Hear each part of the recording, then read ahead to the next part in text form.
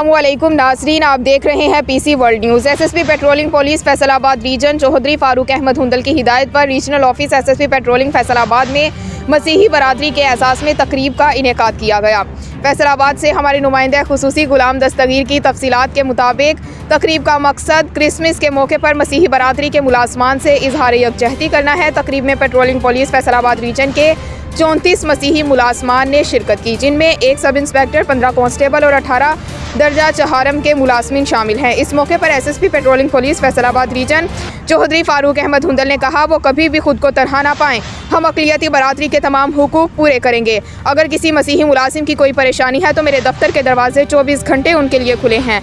इस मौके पर एसएसपी चौधरी फारूक अहमद हुंदल ने तमाम मसीही मुलाजमीन में कैश और मिठाई के तोहफे तकसीम किए और क्रिसमस का केक भी काटा।